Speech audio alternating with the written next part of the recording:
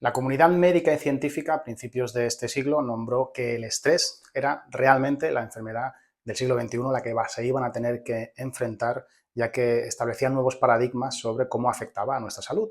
El estrés pasó de ser algo que pensábamos que no tenía tanta influencia, tanta importancia, como decimos, en la salud, y ha pasado a ser algo digno de estudio, digno de introducir en nuestros sistemas sanitarios formas que intervengan directamente sobre la disminución del estrés. Si te interesa saber qué es el estrés, cómo te afecta a tu salud, a tu vida, a tu día a día, por qué es una enfermedad tan importante para el sistema sanitario, ya que muchas personas sufren estrés sin ni siquiera saberlo, y si quieres saber también cómo combatir el estrés, incluso cómo eliminarlo de tu vida, quédate que te cuento cositas, va.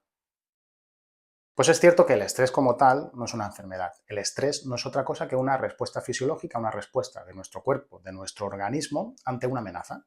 Los millones de años de la evolución humana han propiciado que nosotros tengamos unos mecanismos, ya que anteriormente, hoy la mayoría de personas vivimos en entornos bastante seguros, pero en todos estos miles de millones de años hemos vivido en entornos no tan seguros, en entornos salvajes donde había muchas amenazas, no solamente otros seres humanos, sino también animales, aspectos meteorológicos, etcétera.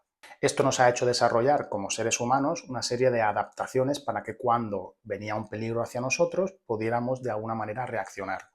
Y eso es lo que el estrés produce, produce que nuestro organismo se active de cierta manera para que podamos combatir una situación en la que nuestra vida corre peligro.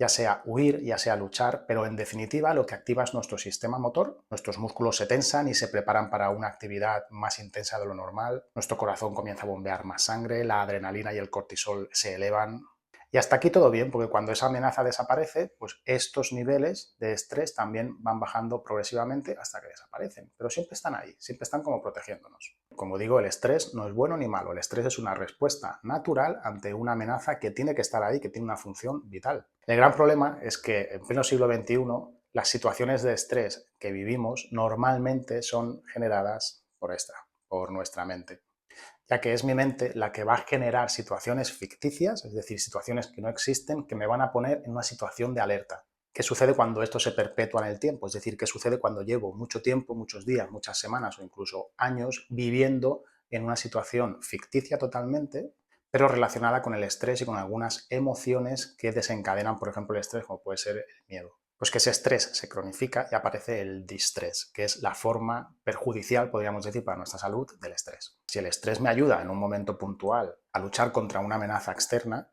imagínate vivir perpetua y continuamente todos los días de mi vida en una situación límite de estrés, donde constantemente vivo en una emoción relacionada con el miedo, con la ira, con la rabia, incluso con la tristeza, donde mi cuerpo físico siempre va a estar tenso, donde mi sistema cardíaco siempre va a estar más alterado de lo que debería, y donde mis actos siempre van a estar relacionados con esas emociones y con esa situación de estrés.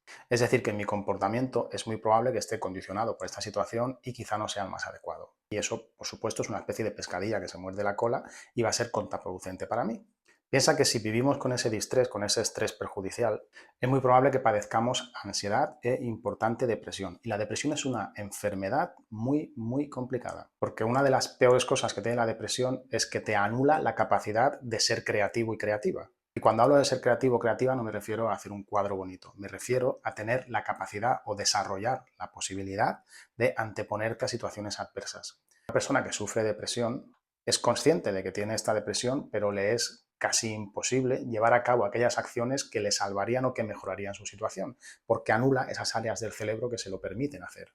Pero no solo mental. El estrés puede generar problemas cardiovasculares y cerebrovasculares, desarrollar diabetes, hacer que tu sistema inmunológico caiga en picado, alterar el funcionamiento de tu tubo digestivo y eso evidentemente con los problemas que te va a conllevar. Y podría seguir aquí explicándote las consecuencias que tiene el estrés negativas para tu salud. Así que sí, sabemos que el estrés es muy perjudicial, que afecta a diferentes ámbitos de tu salud y que es algo a lo que tenemos que poner remedio. Quizá te estés preguntando cómo es posible que nosotros, de manera voluntaria o involuntaria, generemos esas situaciones de alerta permanente o de alerta perpetua a través de nuestra mente. Y te voy a explicar de una manera súper resumida para que sea muy digerible y entendible para la mayoría de personas a través de dos conceptos. Y el primero de ellos, y que creo que es quizá el más interesante o el más importante que abordemos, es la manera en que nosotros percibimos la realidad. Podríamos decir que lo que nosotros percibimos, la forma en que nosotros vemos la realidad, es nuestra Matrix. Uno de los escenarios donde más se producen situaciones de estrés y donde evidentemente, ya que tenemos que asistir cada día, pues más se cronifica en el tiempo es en nuestros trabajos, en los empleos. A nivel mundial, aproximadamente un 70% de personas dicen sufrir en algún momento o haber sufrido o sufrir continuamente situaciones de estrés. Te pongo entonces un ejemplo relacionado con el trabajo. Bien, imagínate que tu jefe o tu jefa, da igual, hoy es miércoles, tú estás trabajando tranquilamente, de repente aparece con una templanza, una actitud seria, distante, seca y te dice, oye, el lunes tenemos reunión a las 10. Quiero que vengas a mi oficina y que nos sentemos que tenemos que hablar. Y sin más, se va. Bien, hoy es miércoles. Hasta el lunes vas a estar dándole vueltas a esa situación, imaginando diferentes hipótesis, diferentes situaciones, que ninguna de ellas tiene sentido, porque hasta que no llegue ese momento no sabes absolutamente qué va a pasar, que como la mente encima es un poco catastrofista, todas o la gran mayoría van a estar relacionadas con, madre mía, que he hecho mal, madre mía, ¿qué va a pasar? Yo creo que me van a despedir, es que claro, es que imagínate, vas a estar continuamente desde ese miércoles hasta que llegue el momento de la reunión el lunes, imaginando y proyectando situaciones que no sabemos si van a pasar, pero la mayoría de ellas catastrofistas y relacionadas con una situación de miedo que te van a generar ese estrés. Pero para hacerlo más divertido, resulta que en esa reunión el lunes a las 10 te dicen que estás haciendo un trabajo excelente, que les encanta, que te van a subir tu rango de responsabilidad y que encima vas a cobrar más. Y cuando sales de la reunión dices, madre mía, pero si es que llevo desde el miércoles comiéndome la cabeza. He estado nervioso, nerviosa 5 o 6 días. Ni siquiera he tenido ganas de ir a entrenar. No he tenido ni siquiera ganas de estar con mi pareja, con mi familia a gusto, porque he estado toda la semana preocupado, preocupada.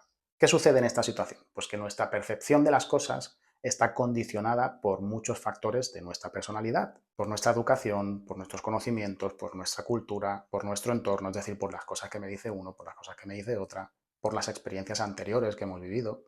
Así que gracias a todas estas cosas nosotros vamos a crear una idea, pero que esa idea no tiene por qué representar la realidad. Y la realidad es que esa reunión no fue ni buena ni mala.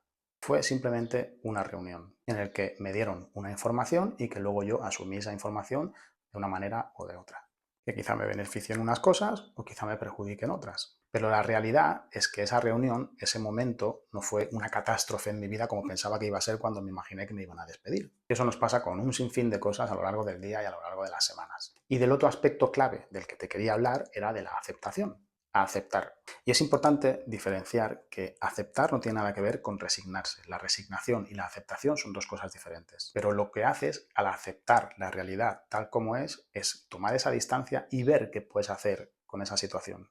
¿Por qué te he explicado esto sobre la percepción, sobre la realidad, sobre la aceptación? Pues bien, porque una de las dos mejores cosas que puedes hacer para combatir el estrés es practicar mindfulness y meditación. Cuando desarrollo la capacidad de prestar atención al momento presente, voy a ser capaz de darme cuenta si mi mente está en una situación del futuro, donde encima ese futuro me está generando aquí una película que no tiene nada que ver con lo que suceda, porque no lo sé, porque el futuro es incierto. Y por lo tanto, con esa habilidad desarrollada, podré decir, oye, no tiene sentido que yo esté dándole vueltas a lo que va a pasar el lunes cuando hoy es jueves, ¿vale? No pasa nada.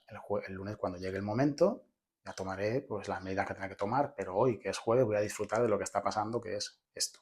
Piensa que tu mente, el 98% de las veces, está pensando en el pasado o en el futuro. Y es muy poco probable que esté completamente centrada en lo que sucede aquí y ahora, que es lo importante, que es el presente. Así que lamentarnos por el pasado y preocuparnos por el futuro son grandes generadores de estrés. Por eso, si practico mindfulness, si practico meditación, si practico esa aceptación, es muy probable que ponga una barrera a que aparezca estrés. Pero no solo eso, ¿qué sucede si ya tengo el estrés dentro de mi vida, introducido en mi vida? Pues que el entrenamiento de mindfulness está más que demostrado que puede ayudarte a disminuir los niveles de estrés y sus consecuencias en tu salud. Está más que demostrado científicamente como un programa que se llama MBSR, que es un programa de reducción de estrés basado en mindfulness, tiene una duración de 8 semanas con unas pautas muy concretas de estudio y de entrenamiento de la atención, promueve mejoras en nuestra salud gracias al autocuidado y al autoconocimiento y también hace que nuestro estrés disminuya. Y el otro factor importantísimo que tú puedes desarrollar, no solo para mantener el estrés a raya, para reducirlo, sino también para que no aparezca en tu vida, es ejercicio físico. Como no, el ejercicio físico vuelve a ser nuestro salvador. No hay mejor cosa que podamos hacer para nuestra salud en general que practicar ejercicio físico, entre otras cosas porque combate directamente todas esas enfermedades que desencadenan el estrés, como por ejemplo la hipertensión arterial, y el hecho de practicar ejercicio físico también seguramente favorezca que tengas mejores hábitos en tu día a día. Porque cuando vivimos en una situación de estrés normalmente dejamos de cuidarnos. Y cuando una persona hace ejercicio, se siente bien y ve que va produciéndose un cambio en su cuerpo, en su mente, eso pues evidentemente va ayudando e incitando a que poco a poco vayas introduciendo esos hábitos pues, lo más saludables posibles en tu día a día. Espero que este vídeo te haya ayudado, que hayas aprendido alguna cosita interesante sobre el estrés, sobre cómo aparece, sobre cómo nos puede afectar a nuestra salud. Si quieres saber más cosas en profundidad, escríbeme en comentarios. Por cierto, aprovecho para decirte que aparte de preparador físico y nutricionista deportivo, también soy instructor en mindfulness. Y que a lo largo del año pues voy haciendo en diferentes momentos cursos de mindfulness con una duración de 4 semanas, donde aprender los conceptos básicos de mindfulness y cómo introducirlo en tu día a día. La mayoría son presenciales, pero también se pueden hacer online si te interesa. Aunque ya sabes que aquí también en el canal tienes un montón de recursos y cada vez voy también creando más vídeos relacionados con cómo aprender a practicar mindfulness y la meditación. De hecho, te dejo por aquí alguna meditación un poquito larga, por si te apetece practicar, por si te apetece tener esa meditación a mano. Y recuerda que la salud se entrena.